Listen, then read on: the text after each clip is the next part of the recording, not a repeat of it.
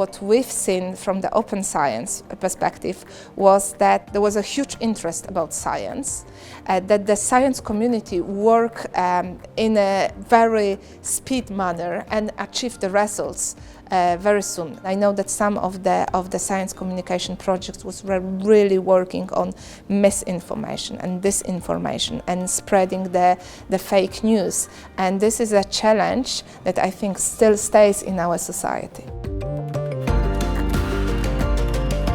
Trustworthy, reliable, and engaging science. The project had a number of different approaches. We started by looking both quantitatively and qualitatively at the way in which people responded to science communication. So we did a large-scale survey across a number of different countries in Europe, and then had 3 sets of more qualitative interviews with stakeholders, with citizens, understanding a little bit about how they process and understand science themselves. These results led into other activities, and sort of we built upon those to connect with, for instance, a MOOC, and that is again, to give people a better sense of how do journalists understand the world, how do policymakers understand the world, how do scientists understand the world, and how can, when we communicate together, we be a bit more effective in our science communication process.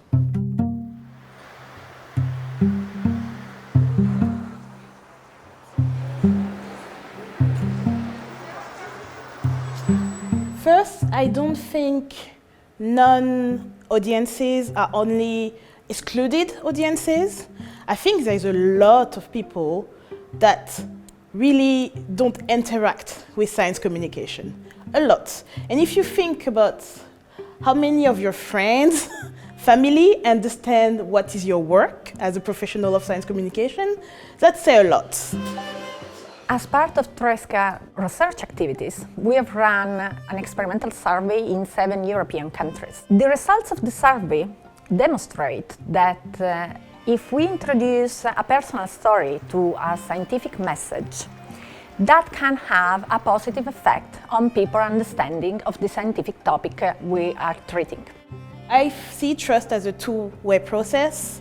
I see it as a dance, or like, let's say tango, for example. So it takes 2 to tango, that's a say. So seeing trust as just tea time and not acknowledging how we've been treating people before is not being like starting dancing the tango, if I would say. Every platform is different. The demographic user behavior on YouTube, for example, is very different from TikTok. Communicators need to understand the vernacular and the platform culture of each digital media, and also to understand their audience. Gen Z's taste is very different from my generation cohort. What kind of thing works for me does not necessarily be perceived as interesting or appealing to a younger generation. So I think for science communicator at this stage, for example, on TikTok, it's a perfect platform to catch the attention, got the interest from the audience. However, it has its limitation.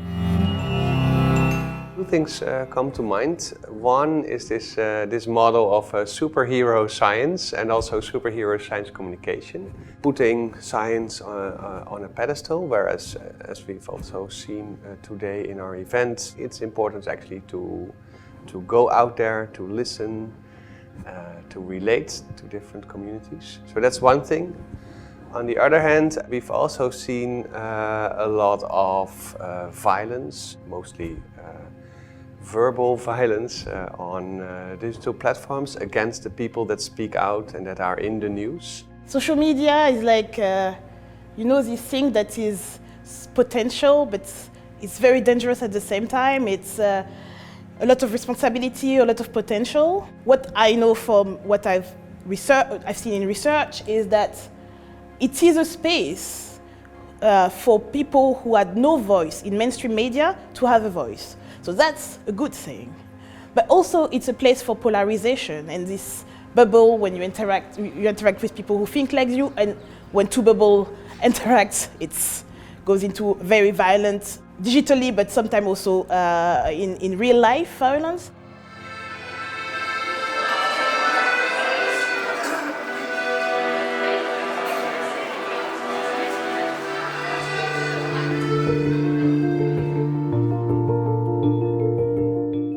to develop better relationships between policymakers and scientists, I would say there are three entry points to it. First of all, build long-term relationships. It's nice to have a fancy social media campaign, but we should build trust between stakeholders. The second one is the language. Always try to explain in the right language and the appropriate language to the other stakeholders. And the third main entry point is to learn more about the daily work life of the other stakeholders, of the other sectors. The consolidation of different media outlets and the rise of social media have contributed to shifting relationships between policymakers, public administrators, and journalists. While in the past, journalists were primarily the mediators of public information, nowadays, policymakers and public administrators increasingly communicate with the public directly. From my perspective, from the open science, science communication is a really essential tool, because what we wanted to see is to science become much closer to the citizens. I think there's something very simple but very powerful, that science in Europe is funded from the public money. There's very little private funding in Europe. So basically it's a public money, taxpayer money. So we need to open up, listen better to the citizens and engage them more. From my perspective, I think we have excellent projects. I think our role is to also help to disseminate those results. So a different part of the Commission are working to make that happen. So for example, Joint Research Centre has put together a competence centre when they gather all these successful projects with the results to make them store in the one place. One of the things that we're most proud of is the Cassette video that came out as part of this project. And Cassette, of course, a really effective science communicator with lots of followers, and I think what it sort of demonstrated as a project or as part of our project is how much more effective it is to sort of be transparent about the ways in which science works and to open up that black box of the process behind it and recognize that science communication is not the exact same thing as science education, that it is much more about getting certain facts and understanding rather than an in-depth knowledge across the board. What makes this strength of Cassette video is that they are high quality, high production quality.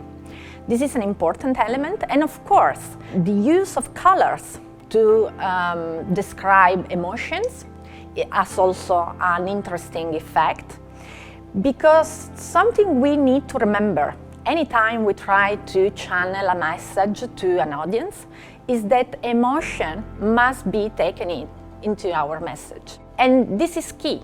If we trust the source of the message, if we trust the person who is speaking, the expert, if we recognize that the person who is speaking is an expert, we are more open to remember that message and include that message into our worldview.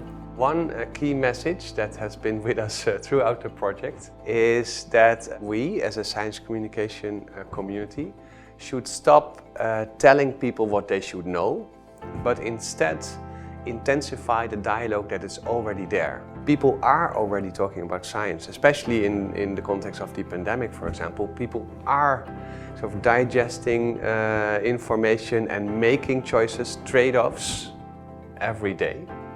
And they retrieve information to make these trade-offs from different sources. This is a process that is going on in individuals, communities. So you can't, as a science communicator, expect that sort of to arrive at the scene and then tell people what they should know or what they should do. Instead, adapt and support this conversation from what you have to offer.